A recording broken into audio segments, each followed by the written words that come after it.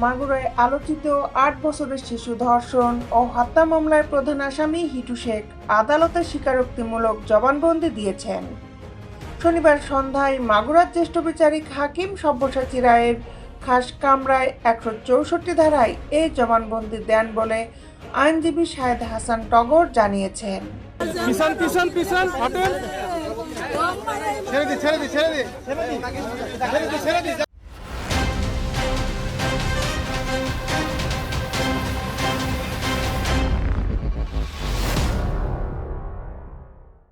বিস্তারিত নিয়ে আপনাদের সাথে আছি আমি শামীমা সুলতানা।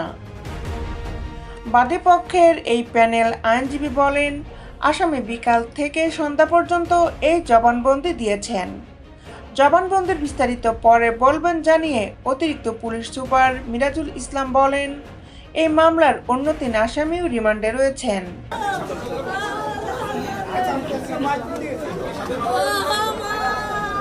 মাগুরা শহরতলির নিজনান্দোয়ালি গ্রামে বোনের বাড়ি বেড়াতে গিয়ে ৬ মার্চ শিশুটি ধর্ষণের শিকার হয় বলে অভিযোগ করে তার পরিবার। সেই খবরে সারা দেশ ক্ষোভে ফেটে পড়ে। এই ঘটনায় শিশুটির মা গত ৮ মার্চ মাগুরা সদর থানায় ৪ জনের বিরুদ্ধে ধর্ষণ ও হত্যা চেষ্টার মামলা করেন। মামলার আসামিরা হলেন শিশুটির ভগ্নিপতি সজীব হোসেন ও বোনের শ্বশুর হিটু শেখ ও সজীবের ভাই এবং তাদের মা জাবেদা বেগম। এদিকে মাগুরার শিশু আসিয়ার মৃত্যুর পর ধর্ষণের অভিযোগে করা মামলায় আসামিদের বাড়িতে ভাঙচুর চালিয়েছেন স্থানীয় লোকজন। শুক্রবার সকালে মাগুরা পৌর এলাকার নিজনান্দোয়ালি গ্রামে আসামিদের বাড়িতে ভাঙচুর শুরু করেন তারা। ওই বাড়িতে গিয়ে দেখা যায় বাড়ির মূল কাঠামো ভাঙার পাশাপাশি সেখান থেকে গাছপালাও কেটে নিচ্ছেন স্থানীয় বাসিন্দারা। বাড়িতে কয়েকটি দেয়াল ছাড়া কিছুই অবশিষ্ট নেই। স্থানীয় লোকজনের সঙ্গে কথা বলে জানা যায়, গতকাল বৃহস্পতিবার বিকাল থেকেই ওই বাড়িতে লুটপাট শুরু হয়। প্রথমেই বাড়ির জানালা দরজা ভেঙে বাড়িতে থাকা জিনিসপত্র লুট করে নেন কিছু লোকজন। এরপর সন্ধ্যা ৭টার পর বাড়িতে আগুন ধরিয়ে দেওয়া হয়। গভীর রাত পর্যন্ত ওই বাড়িতে আগুন জ্বলতে দেখা যায়। গাছ কাটতে থাকা এক ব্যক্তির কাছে জানতে চাইলে তিনি বলেন, এই বাড়ির জন্য গ্রামের দুর্নাম হয়েছে। পুলিশ ও শিশুটির পরিবার সূত্রে জানা যায়, কয়েকদিন আগে বড় বোনের শ্বশুর বাড়িতে বেড়াতে গিয়েছিল শিশুটি।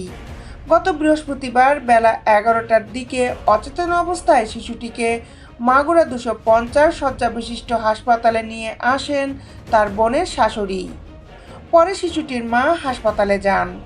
সেদিন দুপুরেই উন্নত চিকিৎসার জন্য তাকে ফরিদপুর মেডিকেল কলেজ হাসপাতালে পাঠানো হয়। রাতেই সেখান থেকে ঢাকা মেডিকেল কলেজ হাসপাতালে পাঠানো হয়। শুক্রবার রাতে শিশুটির শারীরিক অবস্থার অবনতি হলে তাকে লাইফ সাপোর্টে নেওয়া হয়। শিশু আসিয়ার চিকিৎসায় সিএমএসের প্রধান ৪ জনকে প্রধান করে ৮ জন বিশেষজ্ঞ চিকিৎসক নিয়ে মেডিকেল বোর্ড গঠন করা হয়েছিল। তাকে সিএমএসের পিআইসিইউতে লাইফ সাপোর্টে রাখা হয়েছিল। সেখানে গত বৃহস্পতিবার শিশুটি মারা যায়। দেশ বিদেশের আপডেট নিউজ পেতে আমাদের সাথেই থাকুন। Justice television, Dhaka.